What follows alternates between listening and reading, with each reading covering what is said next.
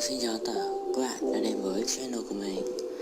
Và mình là ai thì các bạn cũng biết rồi nhỉ. Chắc chắn một điều là các bạn click vào đây và về cái video này thì chắc chắn chỉ có một điều thôi, đấy là xem video mới của mình. Nhưng mà thật sự thì là đã có một cái chuyện bất chợt xảy ra sau khi mình thi xong các bạn không biết đâu. Đấy, đáng lẽ ra là tôi có đăng một cái video tên là video thông báo lần thứ hai ấy, đúng không? Các bạn nhớ chứ? Đấy, tôi có đăng video đấy lên. Và sau hôm đấy tôi đã làm một buổi livestream để ăn mừng, chắc là ăn mừng cái trên 50 sub, trên 60 sub thì đấy. Tôi cũng kệ, tại vì gần đến 100 sub rồi. Nhưng mà để cái đấy để ăn mừng trước cho cái lễ gọi là kỷ niệm 1 năm thành lập YouTube, 1 năm thành lập kênh của mình. Nó nói chung là nó cũng chả có gì đặc biệt cả, cũng livestream thôi, 2 tiếng đầu thì bật nhạc lên. Nhưng mà bỏ qua chuyện đấy đi. Đấy, sau hôm đấy là mình có đi thi rồi, chắc chắn là kết quả rất tốt luôn.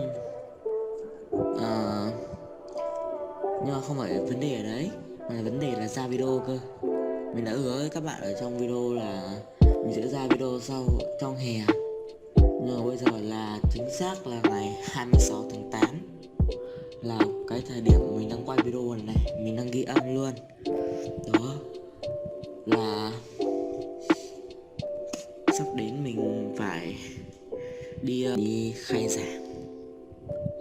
Mẹ, cái hè mà tôi sẽ thấy cái hè là buồn cười như này luôn nhá. Là đầu hè thì lại phải đi học, cuối hè được đi chơi, nhưng mà lại phải đi vào trường. Lúc đấy thì mới có máy tính mà quay video cho các bạn. Nhưng mà tôi làm video này thì chắc là cũng để thông báo luôn là tôi xin các bạn một thời gian nữa nhá. Bao giờ có máy tính thì tôi vẫn làm video tiếp cho các bạn xem, nhưng mà lỡ bỏ, tôi cũng gọi là vào đây để làm một cái chuyên mục gì đấy, chào các bạn nhau cái talk show các thứ. Rồi trong cái thời gian ấy mà mình làm video liên tiếp ấy, mình nhận ra rằng lúc đấy thì mình nhận ra là sao mình lại làm hay thế nhỉ, sao mình lại làm hay, chuẩn, chuyên nghiệp hơn ngày xưa nhiều. Nhưng mà các bạn biết không, video đấy sau khi tôi xem lại cả 2 tháng rồi thay đổi tôi rất nhiều người luôn. Đấy, thì tôi bảo sao thằng này làm gà đấy nhỉ, chèn một tí hiệu ứng vào sau cứ bỏ là pro player, pro edit video.